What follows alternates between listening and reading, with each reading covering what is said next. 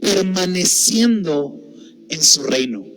Vamos, ponemos como título al mensaje del día de hoy, permaneciendo en su reino. Y quiero que vayas conmigo a Marcos capítulo 10, y vamos a darle lectura al versículo 17. Marcos capítulo 10, versículo 17. Y me dices amén cuando lo tengas. ¿Ya lo tenemos? Marcos 10, 17. Dice la palabra así: al salir él para seguir su camino, vino uno corriendo. Hincando la rodilla delante de él, le preguntó: Maestro bueno, ¿qué haremos para heredar la vida eterna? Y Jesús le dijo: ¿por qué me llamas bueno? Ninguno hay bueno, solo uno, Dios. 19. Los mandamientos sabes: no adulterarás, no matarás, no hurtarás, no dirás falso testimonio, no defraudes, honra a tu padre y a tu madre. Versículo 20. Entonces respondió y dijo: Maestro, todo esto lo he guardado desde mi juventud. Entonces Jesús, mirándole, le amó. Di conmigo, le amó. Wow, qué versículo. Y le dijo: una cosa te falta.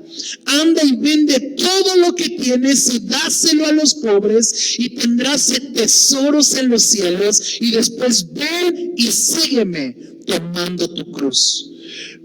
Pero él, afligido por esta palabra, se fue triste porque tenía muchas posesiones. Inclina tu rostro y vamos a orar. Padre, en el nombre de Jesús, en esta hora, Señor, venimos delante de tu presencia y oramos, Señor, por la vida de todos y cada uno de los que están en este lugar, para que nos hables, Padre, a través del consejo de tu palabra. Oramos para que cada vida, cada casa, cada familia sea bendecido por el consejo, Señor, tuyo. Oramos para que hables a nuestros corazones, para que lleves este mensaje a donde lo quieras llevar, Señor, y que cumplas en él tu propósito y tu perfecta voluntad. En esta hora estamos en tus manos y te bendecimos a ti, Señor, en el nombre de Jesús, y todos decimos amén. Amén. Bien conmigo, permaneciendo con ganas, permaneciendo en su reino. El día domingo hablé acerca del reino de Dios. Yo no sé cuántos vinieron este domingo, pero Dios se movió de una forma sobrenatural. Y el domingo salimos, mi esposa y yo, con nuestro corazón tan lleno de Dios, porque incluso el domingo que salimos de la iglesia, un hermano cumplió años y nos decía: Paz, pueden venir a mi casa. Fuimos a su casa, y estando en su casa, la presencia del Espíritu Santo todavía iba con nosotros, a tal grado que nos invitaron a comer y terminamos tirados en el piso, llorando, buscando a Dios, metiéndonos con Él, recibiendo dirección del Espíritu Santo. Todavía esta semana hemos estado experimentando tiempos con Él, pasando tiempos de búsqueda y de oración, y esto es una bendición porque creemos que el reino de Dios vino a esta iglesia, que el reino de Dios cayó en cada familia que estuvo aquí presente el domingo, amén. Pero con eso nace una preocupación en mi corazón, porque el anhelo que hay en mi corazón es que la presencia de Dios que se está haciendo manifiesta en nuestra iglesia no sea una simple visitación, sino que Dios venga a reinar. Porque si Dios viene a visitarnos, así como viene, se va a ir. Pero si Dios viene a establecer su reino, creemos que su presencia se va a volver nuestra cultura. Y quiero comenzar diciéndote esto: más importante que haber llegado a Cristo es permanecer en Cristo. Y más importante que Dios traiga su reino es que su reino siga obrando en nuestros corazones, aún a pesar del tiempo. Te voy a repetir esto. Más importante que haber llegado a Cristo es permanecer en Cristo. Y más importante que Dios haya traído su reino a nuestras vidas es que aún a pesar del tiempo, su reino siga en nosotros. Algo que quiero que sepas es que el primer propósito de Dios para nuestras vidas es que le conociéramos. Pero es tan triste que no todo aquel que le conoce persevera en el Señor. Y hay algunos que piensan que porque el Señor los trajo a su presencia y conocieron de Cristo, ya es todo lo que Dios tiene para ti. Y quiero decirte que ese es un error, porque el hecho de que hayas conocido a Jesús es apenas la primera instancia de todo lo que Dios quiere hacer contigo. Hace unos 4 o 5 meses vinieron a la iglesia de un instituto teológico bautista. Y vinieron 2 jóvenes que están estudiando su maestría en teología. Y vinieron como pastor de esta iglesia a hacerme una entrevista. Y en medio de las preguntas que me hicieron preguntas como: ¿cuántos años tienes en el ministerio? ¿Cuánta membresía tienes? ¿Cuántos miembros son? Y llegamos a una pregunta y me hacen la siguiente pregunta. Durante el transcurso de este año, estamos hablando del 2022, ¿cuántas almas llegaron a tu iglesia? Y cuando me hicieron esa pregunta, debo decirte que sé la respuesta, porque tenemos un ministerio llamado Consolidación. Y cada que viene alguien nuevo, lo pasan, ¿verdad?, al salón de los niños, le dan la bienvenida y le anotan sus datos. Y cada determinado tiempo me hacen llegar las hojas para saber cuánta gente está llegando a la iglesia. Y el último dato que tuvimos del 2022 es que durante el año llegaron casi 350 personas a la iglesia. Y cuando le dije esto, por un lado me bendijo, porque estos jóvenes se quedaron impactados y me dicen: pastor, le acabamos de hacer esta misma encuesta a 99 pastores más. Dice, y el que más almas recibió en su iglesia durante todo el año fue un pastor que recibió como 30. Dice, o sea que ustedes con su iglesia están yéndose 100 veces más arriba de la iglesia que más almas había ganado. Y sabes, eso me hizo sentir como pavo real, ¿no? Y decir, entonces estamos haciendo las cosas bien y gloria a Dios por todos los que han llegado. Pero sentí en mi corazón como el Espíritu Santo me hablaba y me decía: ¿y dónde están esos 350?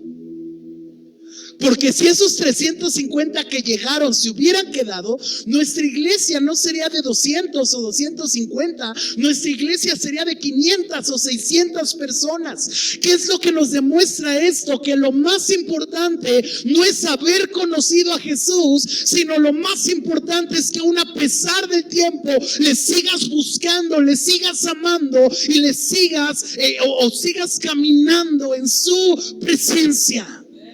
Así es que voltea con el que está a tu lado y dile: no te quedes. Vamos, dile. No te quedes solo con haber llegado a Cristo. Hay más en Él. Es más, dile: más bendecido es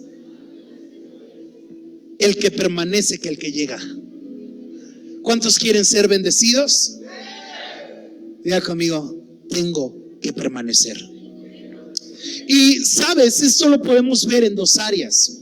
Lo podemos ver tanto en el área en el que Cristo nos salvó para buscarlo y amarlo, pero también lo podemos ver en los grandes avivamientos que han pasado en la historia de la humanidad.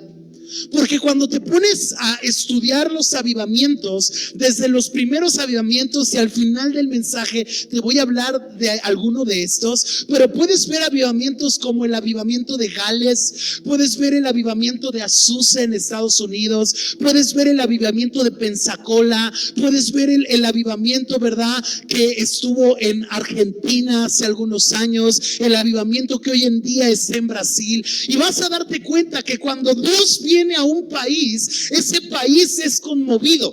A tal grado que cuando empieza un avivamiento en cierto lugar o cuando empieza un avivamiento en cierta tierra, cosas sobrenaturales empiezan a suceder. Pero ¿sabes qué es lo más triste del avivamiento? No que empieza, sino que se apaga con el tiempo. Puedes ver que hubieron avivamientos como en Argentina, que el avivamiento les duró 10 años solamente. Y en 10 años las iglesias que tenían decenas terminaron siendo cientos, los que tenían cientos terminaron siendo miles. Pero yo creo que hay más. E incluso me ponía a pensar en esos días del avivamiento de Augsburg. ¿Alguien sabe cuál fue el avivamiento de Augsburg? ¿Qué fue lo que pasó? En una universidad cristiana en Augsburg, en los Estados Unidos, unos jóvenes de la universidad se unieron en su capilla a orar. Y en medio de que estaban orando, vino el Espíritu Santo. A tal grado que esos jóvenes quedaron impactados por él, y la oración de 1 hora se volvió la oración de 24 horas. Y el resto de los estudiantes, al ver lo que estaba sucediendo, se agregaron. Empezaron orando 30 personas y después empezaron a orar 100, 200, 500, 1500, y a lo largo de 3-4 meses ya eran miles de personas. A tal grado que en Augsburg neva en algunas temporadas del año, es muy frío, y dicen que adentro del auditorio cabían 1500 personas y habían 1500 adentro, pero habían más de 15,000 afuera esperando entrar. Empezaron a llegar personas de todo el mundo a ver lo que estaba sucediendo. Mi esposa y yo tenemos un amigo pastor que es de aquí de México, que tomó un avión y fue a Augsburg para recibir lo que estaba pasando. Dios se hizo visible en ese lugar. Pero ¿sabes qué fue lo que pasó con el avivamiento?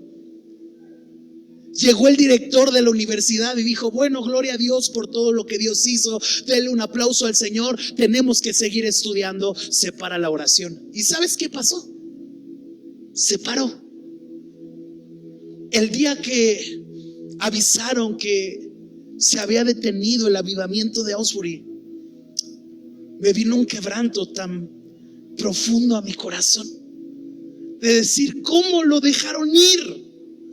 ¿Verdad? Porque habemos cristianos que hemos estado orando por años que venga avivamiento, que hemos dedicado nuestra vida a ver al Señor moverse, que hemos dedicado nuestra vida a ver al Señor obrar sobre nuestra nación, y aquellos que lo tuvieron lo dejaron ir.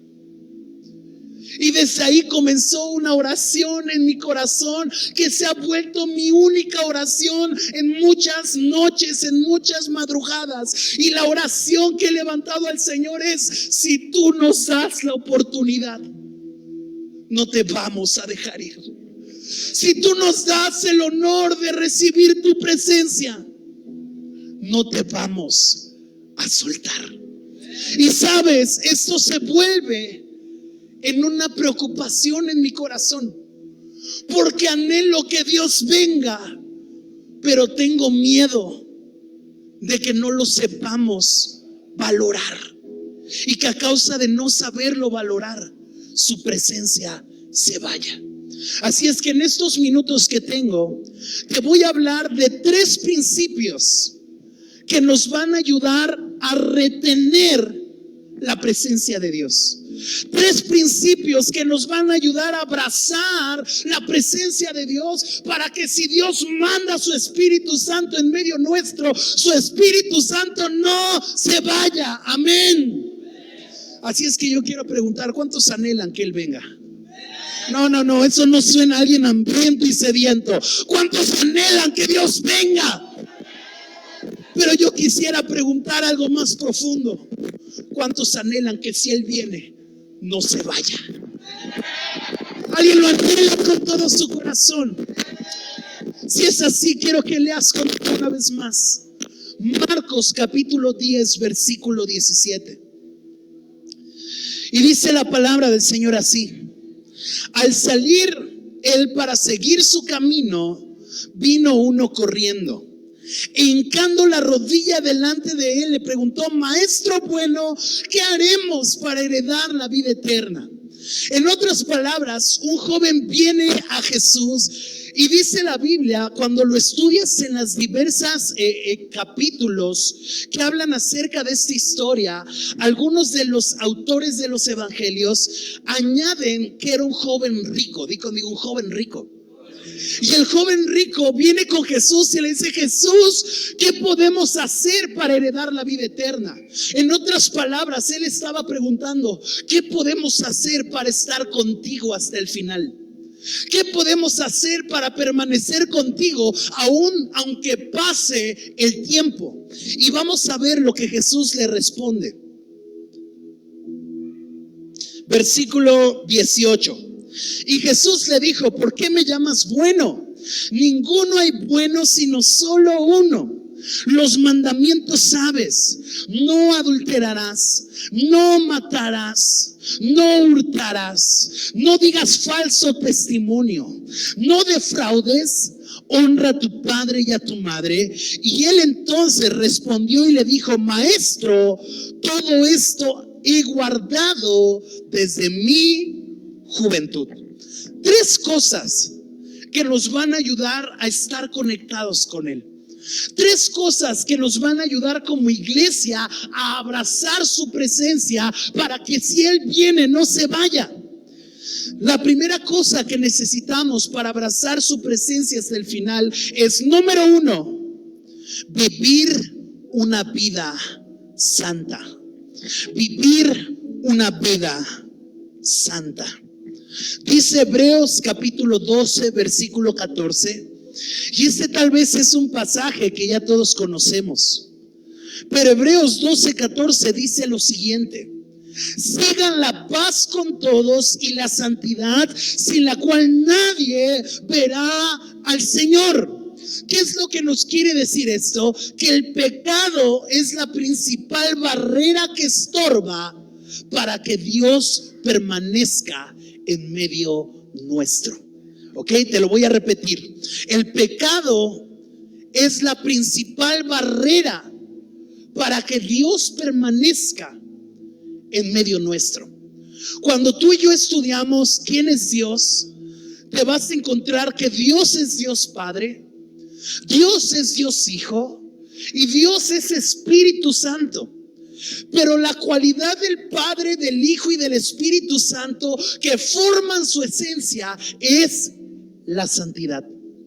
Dios es tres veces santo, porque es santo como Padre, santo como Hijo y santo como Espíritu. Y si Dios está formado de santidad, eso nos revela, anota esto, que la santidad es el imán que atrae su presencia. Y el pecado es la barrera que estorba para que Él traiga su reino. Algo que quiero que sepas es que no te estoy diciendo que si pecas Dios no está contigo. Pero el hecho de que Dios te ame y el hecho de que Dios anhele estar contigo no significa que aunque Dios quiere estar contigo está de acuerdo con tu vida. Dios te ama tanto como eres, pero te ama tanto que no te quiere dejar como estás. Y yo creo que debe de venir un tiempo a nosotros en el que nuestro lenguaje favorito y nuestro tiempo favorito con Dios se base en arrepentimiento. Pero cuando estoy hablando de arrepentimiento, estoy hablando de arrepentimiento que produce cambio. Ya que el máximo obstáculo que hay entre Dios y los hombres es el pecado. Tú puedes ver cómo estaba Adán y Eva en el huerto del Edén. Y sabes, yo anhelo que un día podamos estar como ellos.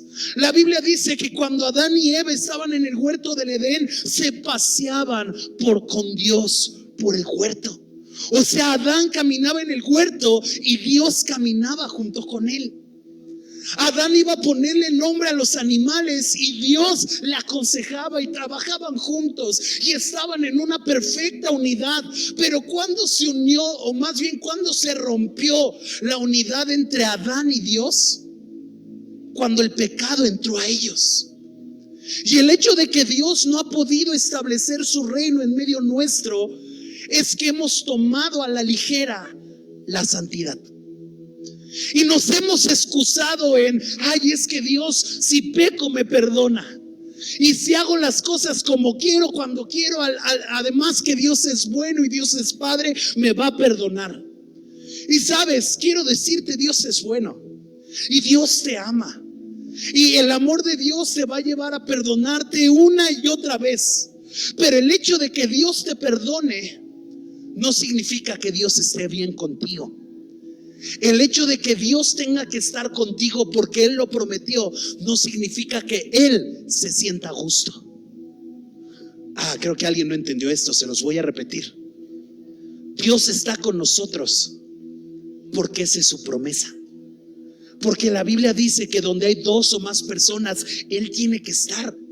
Y la Biblia enseña que Dios no es hombre para que mienta, ni hijo de hombre para que se arrepienta. Y si Él lo dijo, Él lo va a hacer. Y la Biblia dice que Él estaría en medio nuestro. Pero hay una gran diferencia entre que Él tenga o que Él esté porque tiene que estar, a que Él esté porque quiere estar.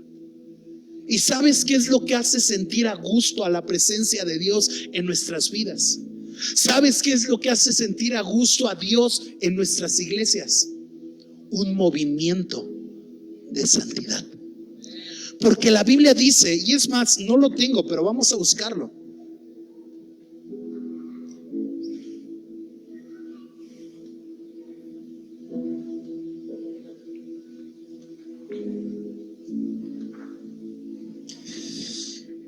Primera de Samuel,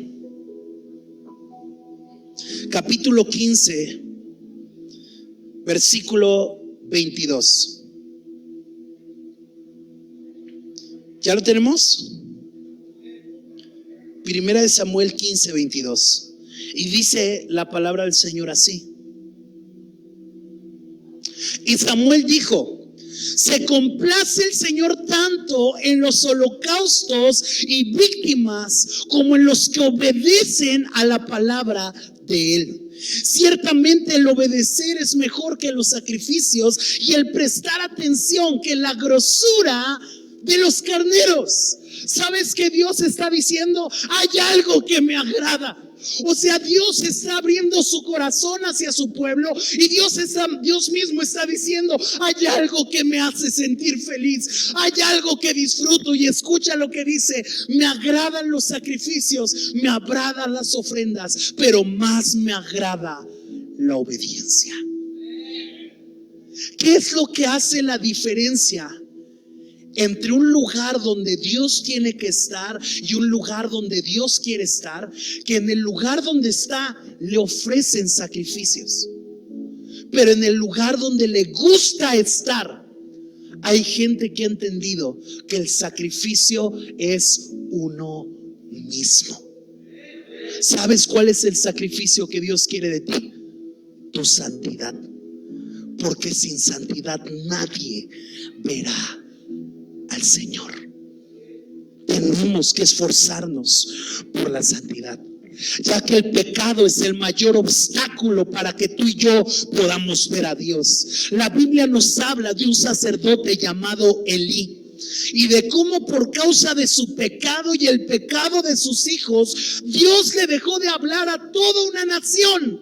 ¿Te das cuenta de lo preocupante que es el pecado? Escucha, había un hombre llamado Elí que tenía hijos pecadores, y por el pecado de sus hijos Dios le dejó de hablar a toda una nación.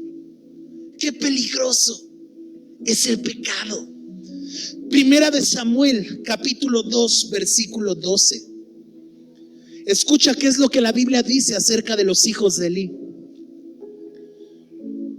Primera de Samuel 2:12. Me voy rápido por cuestión de tiempo. Y los hijos de Elí eran hombres impíos. Di conmigo: impíos. ¿Qué significa la palabra impío? Sin ley. ¿Ok? Sin ley. O sea, que eran hombres que no conocían la ley, que no conocían a Dios. Y escucha lo que dice: los hijos de Elí eran hombres impíos que no tenían conocimiento del Señor. Y escucha qué fue lo que provocó la condición de Elí, de sus hijos. Primera de Samuel, capítulo 3, versículo 1.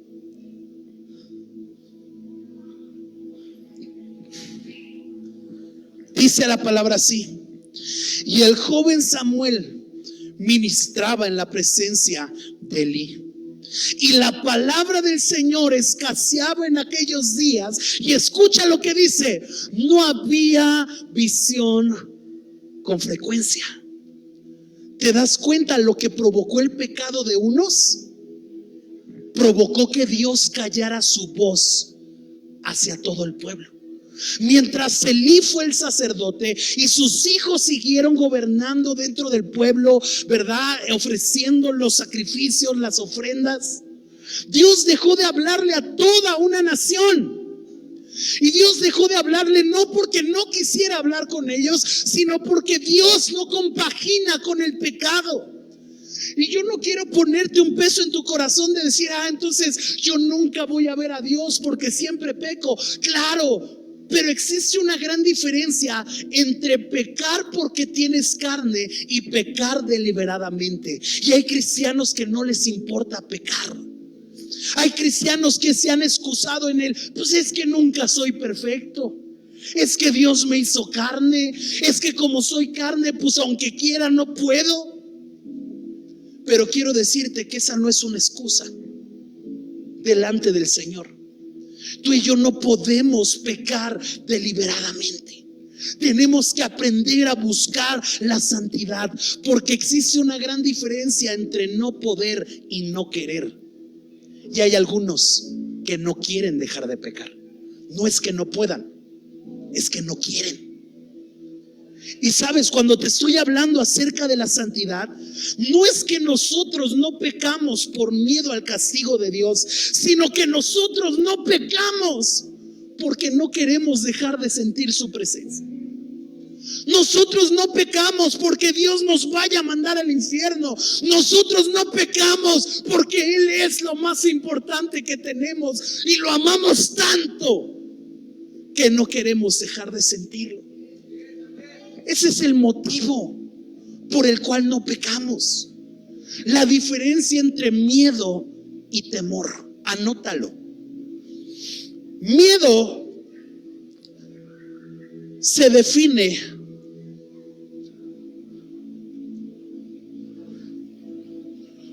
como un temor a las consecuencias. ¿Ok? Miedo se define como un temor a las consecuencias. Pero temor, anótalo, temor se define como un respeto reverente hacia la presencia de Dios. Y nosotros nos esforzamos todos los días en no fallar.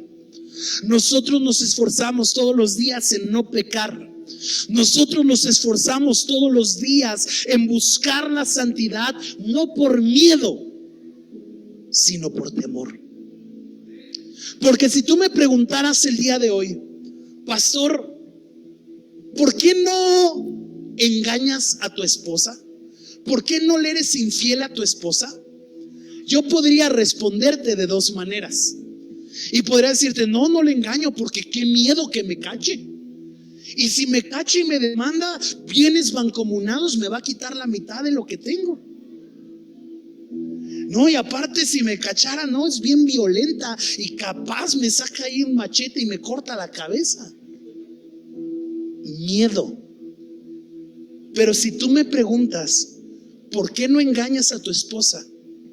La respuesta sería: porque la amo tanto y disfruto tanto de pasar tiempo con ella que no estaría dispuesto a cambiarla.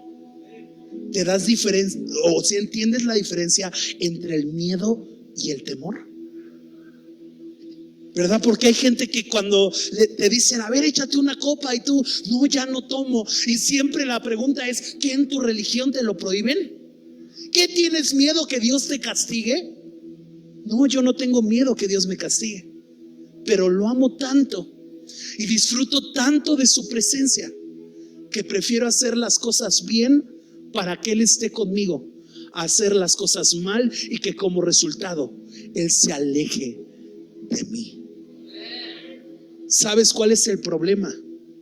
Que algunos, aún estando en la iglesia, hemos pecado tanto y tan deliberadamente que ya no sabemos si Él está o no está. Pero alguien que está tan cercano a su presencia, es evidente cuando ya no está. Y ese tiene que ser nuestro mayor temor. No peco porque Él me pueda castigar. No peco porque lo amo y Él es lo más importante para mí. Amén. ¿Cuántos quieren que Dios venga sobre nuestra iglesia? No te escuché. ¿Cuántos quieren que Dios venga sobre nuestra iglesia? ¿Cuántos quieren que no solamente nos visite, sino que venga a poner casa en este lugar? Lo primero que va a provocar que Él se quede es la santidad, porque Dios no se resiste a alguien que es santo como Él. Con tu santidad seduce su presencia. Con tu santidad Él se siente atraído. Esa es la diferencia de que Él esté porque tiene que estar, a que Él esté porque quiere estar. Amén. Yo veo a algunos varones, varios no vienen aquí, pero cuando dicen llegó la hora de ir a casa de tus suegros, existen dos tipos de reacciones, ¿no? La reacción de unos en ¿para qué? Ve tú, yo ¿para qué? Si yo ahí ni soy bien recibido. ¿Ah? Pero a mí cuando me dicen vamos con tus suegros, yo disfruto ir con ellos, porque mi suegra me trata mejor que a mi esposa, ¿no? Y llego y a mi esposa le dicen ahí están las croquetas. No es cierto. No. Mi esposa llega y le dan cualquier cosa, pero llego yo y me tratan bien, ¿verdad? Y si le digo a mi suegra, oye, se me antojaron unas carnitas, no las va a comprar, me las hace. Entonces cuando me dicen vamos a casa de tu suegra, yo quiero ir, porque ahí soy bien recibido, porque ahí soy agradable a ellos. ¿Estamos acá? Pero si mis suegros no fueran los que son, a mí me pesaría ir con ellos. Diría, bueno, voy porque pues tengo que ir, estoy casado con su hija. Y yo siento que a veces así se siente Dios en alguno de nuestros hogares. Voy, pues voy porque soy Dios y tengo que ir. Pero no voy porque me siento atraído a estar con ellos. Voy porque me siento cómodo cuando estoy con ellos. ¿Y sabes cuál es nuestra mayor obsesión? Que Dios se sienta cómodo en nuestro hogar, que Dios se sienta cómodo en nuestra familia. ¿Cómo hacemos sentir cómodo a Dios? Con nuestra santidad. Segundo principio que nos va a ayudar a que Él no se vaya. Principio número 2. Marcos capítulo 10 versículo 21. Wow, me encanta ese texto, porque en el versículo 20 este joven le dice, ¿qué tengo que hacer para que el reino de Dios esté con nosotros? Y Jesús le dice, ¿saben los mandamientos? Cumple los mandamientos. Y la respuesta de este joven fue, desde niño hago todo esto. Pero escucha lo que dice el versículo 21. Entonces Jesús, mirándole, le amó. Wow. Si tú lees este mismo versículo, en la Nueva Traducción Viviente dice de la siguiente manera: y Jesús, volteándolo a ver, lo miró. Jesús, volteándolo a ver, lo amó profundamente. Wow. ¿Cuántos anhelan que Jesús los ame de esa manera? Porque la Biblia dice que Él ve todo el tiempo. O sea, ahorita nos está viendo a nosotros, pero si en China hay un culto, ¿verdad? Y están cantando Te doy gloria en chino, ¿alguien sabe cómo va? No sé cómo vaya. Jesús los está viendo. Pero existe una diferencia entre que Él te vea porque Él ve todo, a que cuando Él te vea con amor. Oh, yo anhelo que Él me vea de esa manera. Y cuando Jesús lo vio, lo amó y le dijo: una cosa te hace falta. Ve y vende todo lo que tienes. Di conmigo: todo. No, dilo con ganas: todo. Y dáselo a los pobres y tendrás tesoros en los cielos. Y después ven y sígueme, tomando tu cruz. Pero el afligido por esta palabra se fue triste porque tenía muchas posesiones. Segunda cosa que va a provocar que Él se quede con nosotros y que permanezcamos en su presencia. Anótalo. 2, dalo todo por Él. Dalo todo por amor. Número 2, dalo todo por Él. Dalo todo por amor. ¿Sabes? Dios quiere estar con alguien que no se guarda nada. Dios quiere estar con alguien que comparte su ADN. Porque ¿sabes cuál es el ADN de Dios? No dar con medidas. Cuando Dios da, lo da todo. Y alguien que camina con el ADN del cielo no da algo, lo da todo. Y yo sé que cuando estoy hablando de darlo todo, algunos están diciendo: ay, pastor, entonces voy a tener que dar mi carro, mi casa. No. Bueno, si Dios te lo pide, hazlo. No, yo tengo 4 años siendo pastor, 16 años siendo cristianos, y van 2 carros que le doy al Señor para su obra, para su reino. Entonces, si Él me lo pide, se lo voy a dar, porque todo lo que tengo no es mío, es suyo. Pero cuando Dios nos está hablando de darlo todo, es porque Dios no quiere una parte de tu vida. Dios no quiere una parte de tus posesiones. Dios no quiere una parte de tu semana. Dios no quiere una parte de tu día. Dios lo quiere todo. Dios lo quiere todo. Y cuando hay alguien que está dispuesto a darlo todo, Dios está dispuesto a darse todo por Él. Dice Marcos capítulo 12 versículo 30: y amarás al Señor tu Dios con todo tu corazón y con toda tu alma y con toda tu mente y con todas tus fuerzas. Ese es el principal mandamiento. Y el segundo es semejante: amarás a tu prójimo como a ti mismo. No hay otro mandamiento mayor que este. Si resumimos Marcos 12, 30 y 31 en una sola palabra, es que la evidencia del amor es darlo todo. Señoritas solteras, las que ya están casadas ya se amolaron, pero habla a las solteras. Levanten la mano las solteras. Ya no hay, si no levantaron la mano se van a quedar solteras. Por no levantar la mano, solteras, levanten la mano. Si alguien te dice que te ama, pero no está dispuesto a darlo todo por ti, no te ama.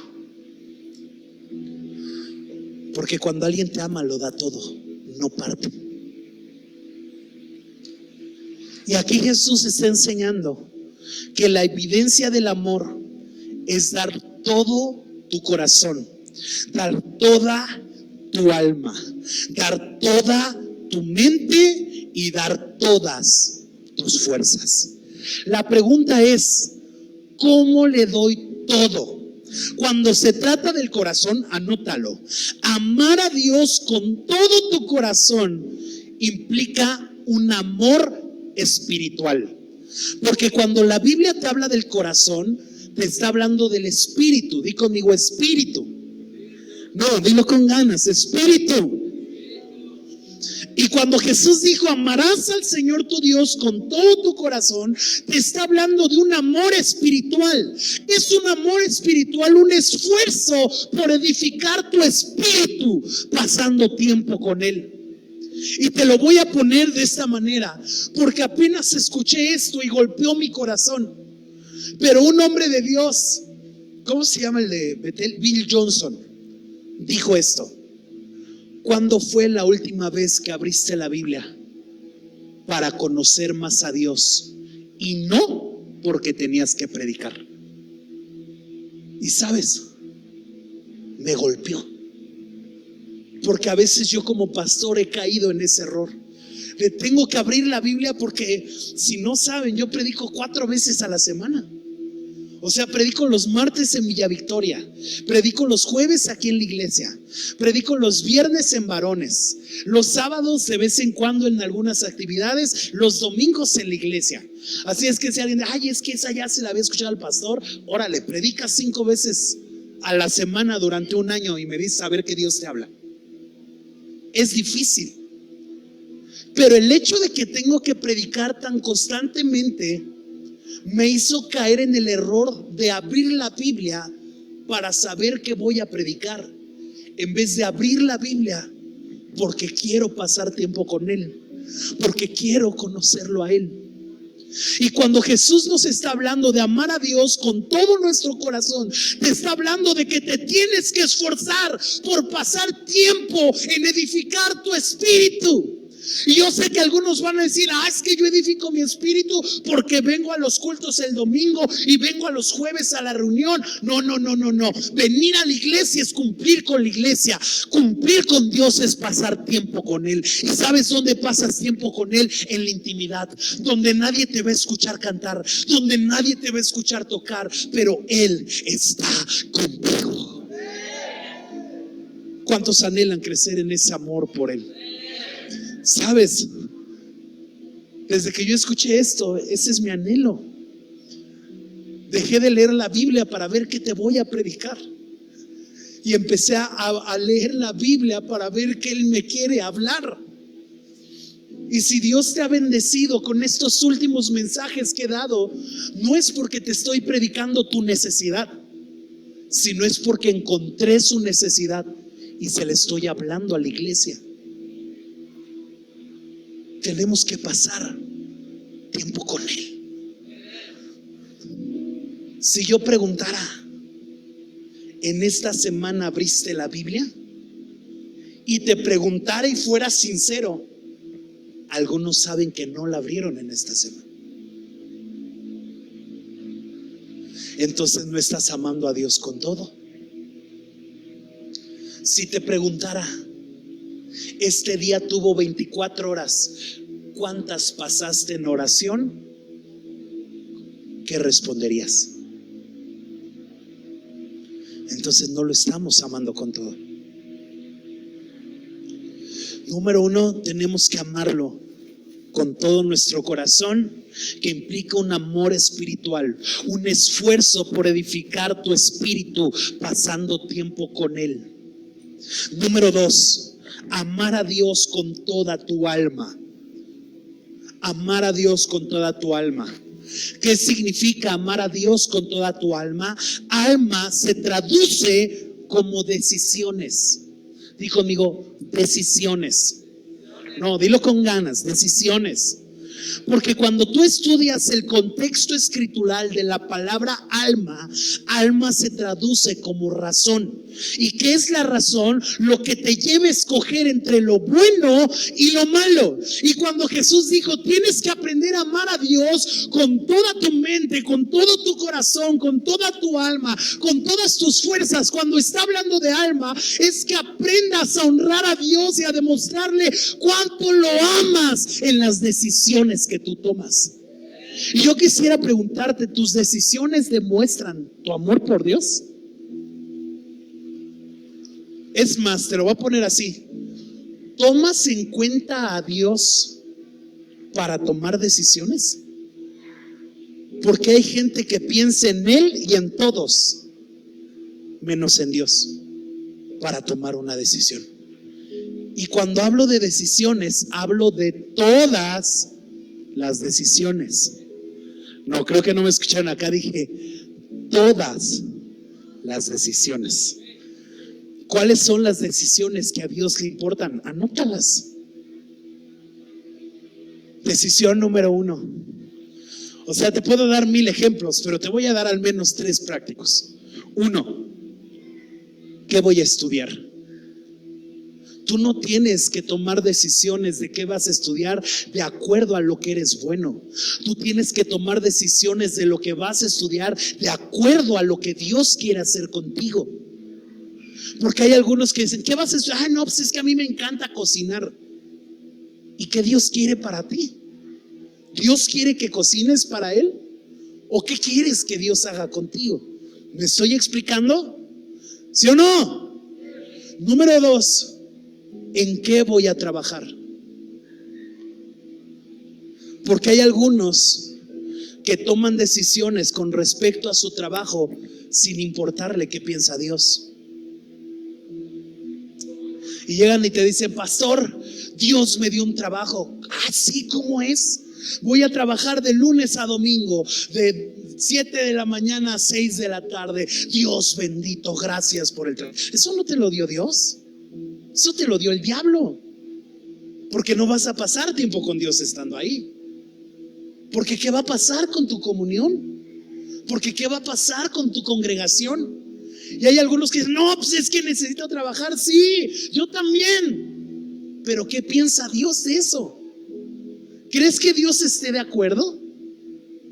Porque alguien que ama a Dios con toda su alma, le importa lo que Dios piensa de las decisiones que toma. Entonces yo quiero preguntarte, ¿tomas decisiones en las que Dios está de acuerdo? Y para los jóvenes solteros, tercera decisión, ¿con quién me voy a casar? ¿Con quién me voy a casar? Alguien almático no le importa lo que Dios piensa de la pareja que va a escoger. Basan su decisión en lo que ven, no en lo que Dios les habla. ¿Saben por qué mi esposa está conmigo y yo estoy con ella? No porque nos vimos y nos gustamos, sino porque Dios habló de lo nuestro. Y estamos unidos por eso, porque Dios nos habló. Pero hay jóvenes y señoritas, ¿verdad? Que en una ocasión llegó alguien, no voy a decir quién, pero lo voy a voltear a ver. No, no es cierto. Y llegué y me dice, pastor, encontré al hombre de Dios. O no, me dijo, encontré al hombre para mi vida. Y yo le dije, ¿en serio? ¿Cómo es? Y ella me dice, no, pastor, es güerito. Gran ventaja, aleluya, ¿verdad? Y me dice, tiene los ojos claritos. Está como mi pastor, aleluya, ¿verdad? Y me dice, pastor, trae carro propio, está estudiando ingeniería, casi se gradúa. Y cuando me dijo todo eso, hasta yo ya me estaba enamorando. Dije, no, hombre, perfecto. Pero le hice una pregunta a esta chica y le dije, ¿y en dónde se congrega? Y me dice, pastor, trae carro propio. Y yo, sí, ya te entendí, pero ¿dónde se congrega? Pastor, va a ser ingeniero, gloria a Dios. Pero ¿dónde se congrega? ¿Quién es su pastor? Y me dice, bueno, nada más le falta ser cristiano. Y yo le decía, me dieron ganas de decirle cosas peores, ¿ah? Pero lo único que se me ocurrió decirle es, ay, Dios mío, pues le falta todo, mija. Porque no importa que sea alto, güero, de ojos azules, que tenga carro y que tenga carrera. Si no tiene a Dios, no tiene nada. Pero eso revela el corazón de alguien que no ama a Dios con todo. Porque con todo implica su alma. Y en su alma está la razón. Y la razón es la que toma decisiones hacia Dios o lejos de Dios. Pregunta: ¿tomas decisiones tomando a Dios en serio? ¿Tomas decisiones considerando a Dios en lo que vas a hacer? Antes de hacer, vienes con el Padre y le dices, Padre, ¿esto es lo que tú quieres o es lo que yo quiero? Entonces dile al que está a tu lado, tienes que aprender. No, díselo con ganas. Tienes que aprender a amar a Dios con tu alma. En tu alma está la razón. Y en la razón tus decisiones. Alguien que ama a Dios con toda su alma lo hace parte de todas sus decisiones. No de parte de sus decisiones, de todas sus decisiones. Voy a seguir avanzando, porque cómo pasa el tiempo cuando estoy aquí arriba. Pero ya voy a acabar. Aprendí algo bueno. Un pastor puede decir 3 veces voy a acabar antes de que sea mentira. Así es que voy en la primera, ¿ok? Número 3. Ama al Señor tu Dios con tu mente. Anótalo. Mi mente. ¿Qué es amar a Dios con tu mente? Perseverando en Él, aún en tus pensamientos. Amar a Dios con tu mente implica perseverar en Él, aún en tus pensamientos. Ya no me meto más ahí porque no tengo mucho tiempo. Y número 4, amarás a Dios con todas tus fuerzas. ¿Qué implica todas tus fuerzas?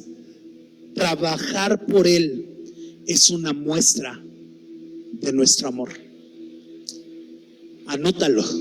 Todas nuestras fuerzas implica trabajar por Él.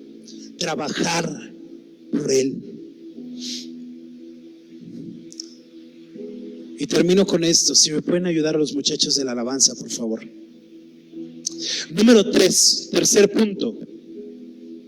Si queremos que Dios venga y queremos abrazar la presencia del Señor, número 3, toma tu cruz y síguelo.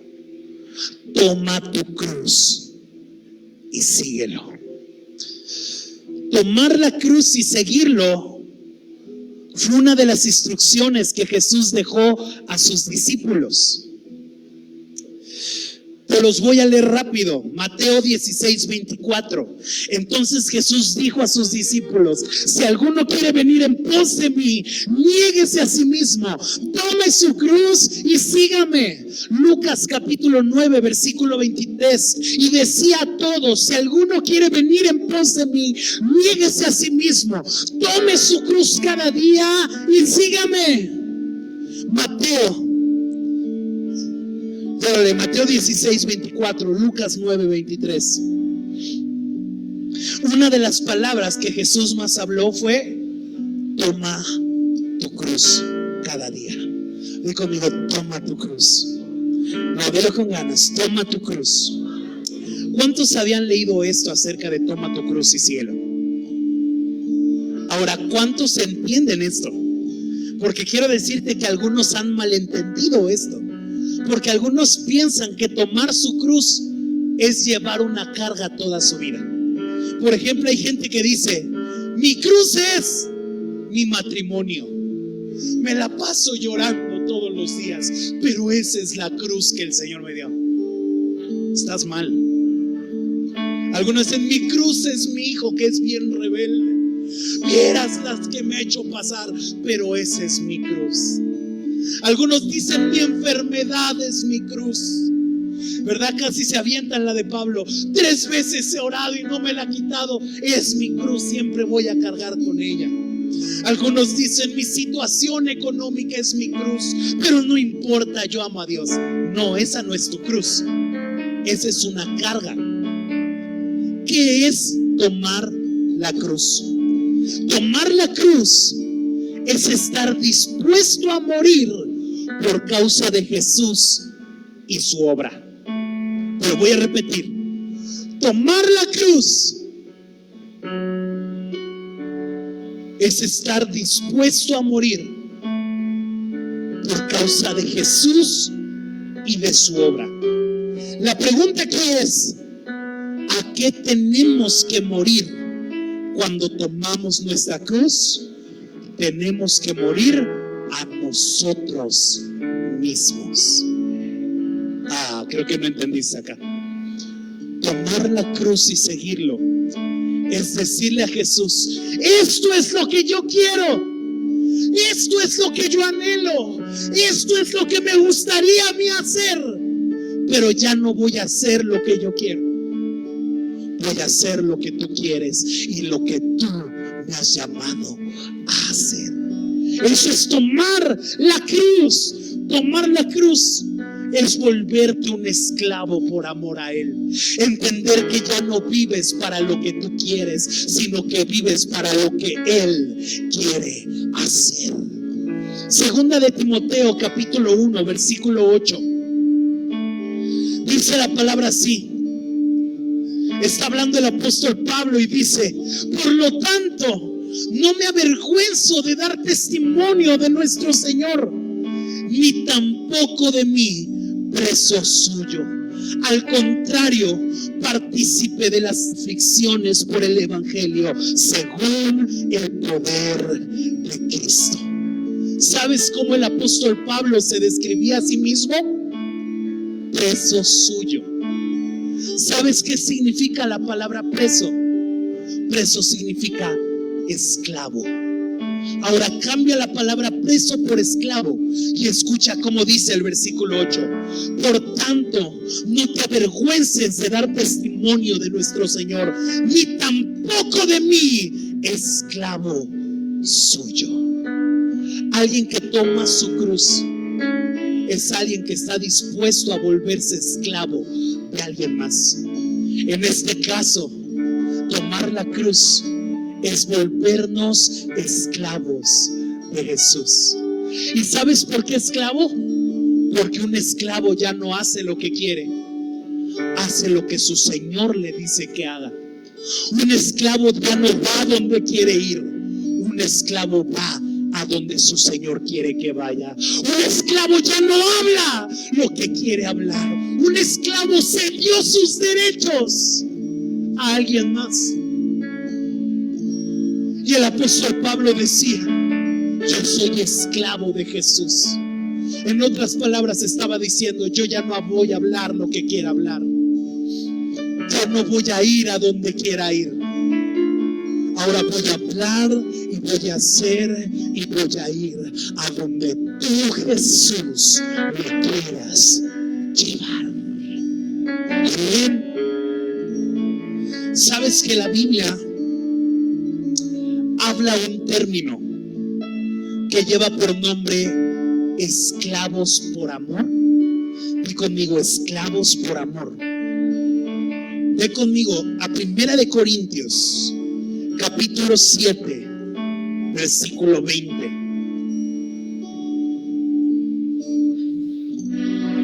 1 de Corintios capítulo 7 versículo 20.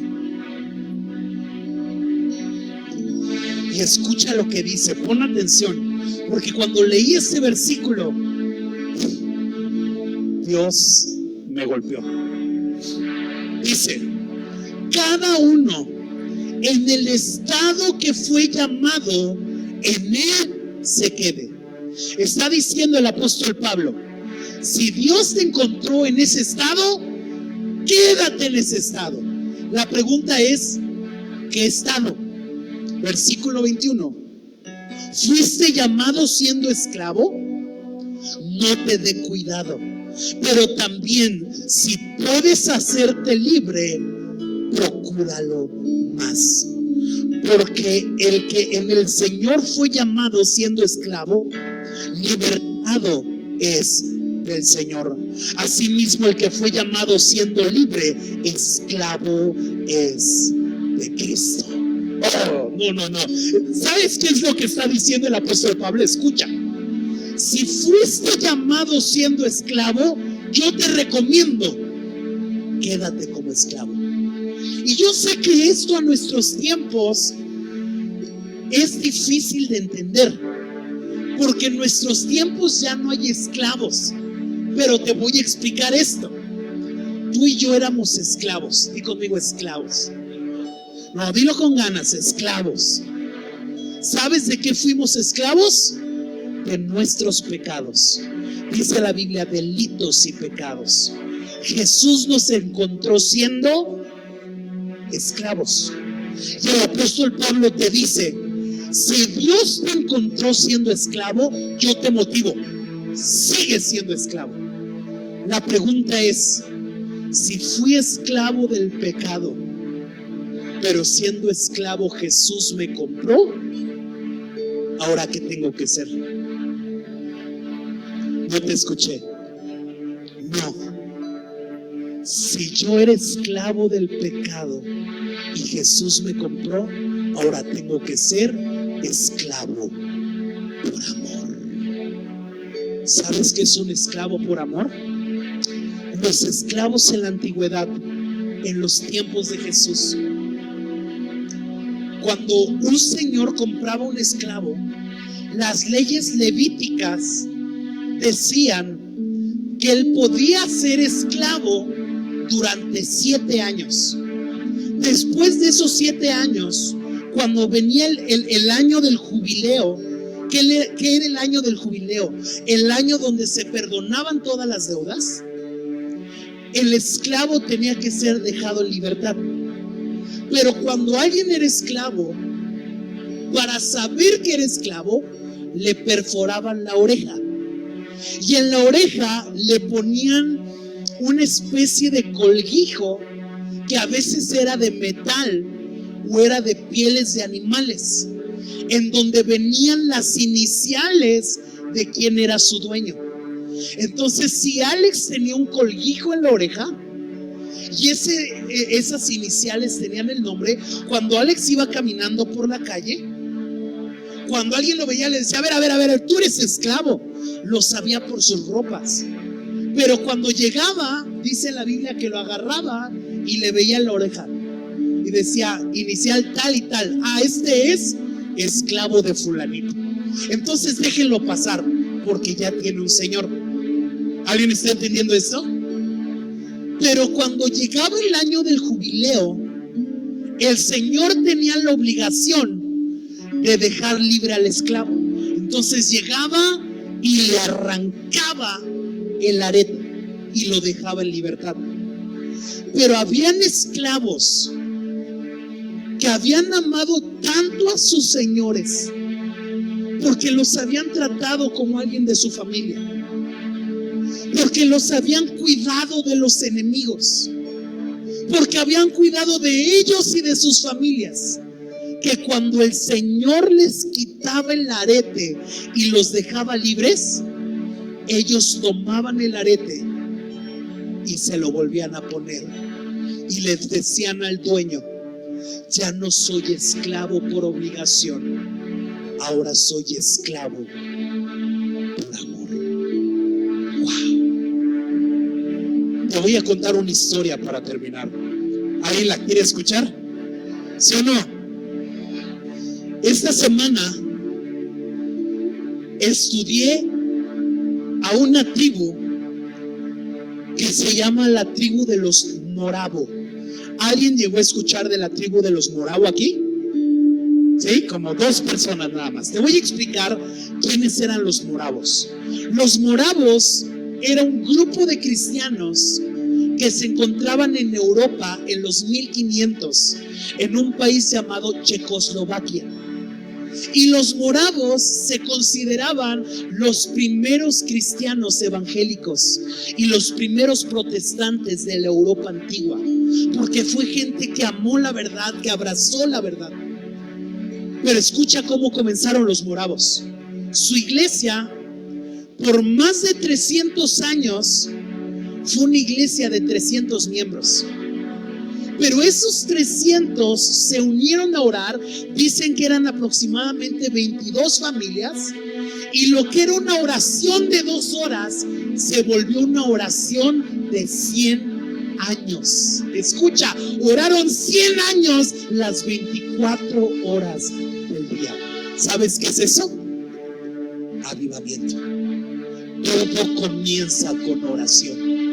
Y en esos 100 años de oración, Dios les dio una visión, y la visión fue: vuélvanse misioneros y mártires por Cristo. Después de esos 100 años, habían 2 jóvenes que pertenecían a la tribu de los moravos. Busqué sus nombres, no los encontré, pero algunos dicen que uno de ellos se llamaba William Carey. Y dicen que estos 2 jóvenes se les avivó un deseo por predicar el evangelio a aquellos que no conocían. Y un día, mientras se encontraban en su iglesia orando, escucharon la noticia de que un hombre rico de su región iba a comprar 3,000 esclavos para llevarlos a África a trabajar. Cuando ellos oyeron esta noticia, sintieron un dolor profundo en su corazón por esos 3,000 esclavos. Y dice la historia que estos dos jóvenes fueron con el hombre rico y le dijeron: déjanos ir contigo en el viaje. Y lo que queremos hacer nosotros es predicar el evangelio a esos 3,000 esclavos. Y el hombre rico odiaba a los cristianos y él les dijo: yo no los quiero ver en mi tripulación, porque si los veo, los encierro en el calabozo más profundo, porque no quiero que les hablen de su Dios. Entonces ellos, al haber recibido una negativa de parte del Señor, dijeron: ¿qué hacemos? Y uno de ellos leyó 1 Corintios capítulo 7 versículo 20: vuélvete esclavo. ¿Y sabes qué fue lo que hicieron? Tomaron todo lo que tenían. Parte lo repartieron a la iglesia, otra parte lo repartieron a los pobres. Se volvieron esclavos y se vendieron ellos mismos para ir en ese barco a África. Y mientras iban en el barco, siendo golpeados, siendo latigueados, con poca comida, con poco oxígeno, les predicaron el evangelio. Pero cuando la nave estaba a punto de zarpar, la familia estaba a la orilla preguntándose: ¿por qué están haciendo esto? ¡Los van a matar!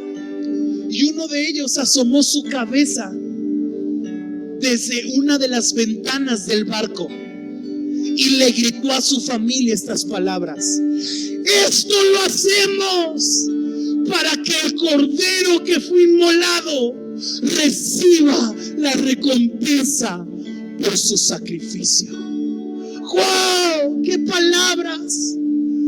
¿Sabes cuál era su justificación de esos dos moravos? Para vender todo lo que tenían y entregarse a sí mismos como esclavos para predicar el evangelio. Que el cordero que fue inmolado reciba la recompensa por su sacrificio. ¿Sabes qué es eso? Ser esclavos por amor. Quiero volver a preguntar: ¿cuántos anhelan que Él venga? No te escuché. ¿Cuántos anhelan que Él venga? ¿Cuántos anhelan que si Él viene, no se vaya, se quede con nosotros? Así como sucedió con los moravos, 100 años de oración. Como sucedió con Juan Wesley en el movimiento metodista, 200 años de avivamiento. ¿Alguien anhela esto? ¿Alguien anhela que Dios nos toque a esta generación y que tus hijos entren en el fuego que sus padres provocaron? Que tus nietos entren en el fuego que tus padres provocaron. ¿Alguien lo anhela en este lugar? Hoy te hablé de 3 cosas que van a provocar que Él se quede aquí. Número 1, una vida santa.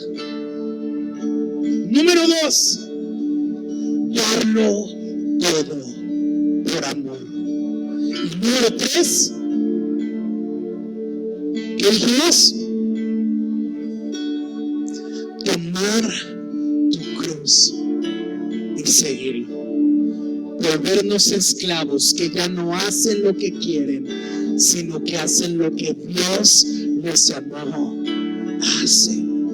Pero yo te pregunto, si hoy Dios nos viniera a visitar, ¿estamos listos para la visitación? ¿Estamos listos para hacerlo sentir cómodo? ¿O así como viniera, se iría? ¿Cuántos anhelan que Él venga a quedarse en este lugar?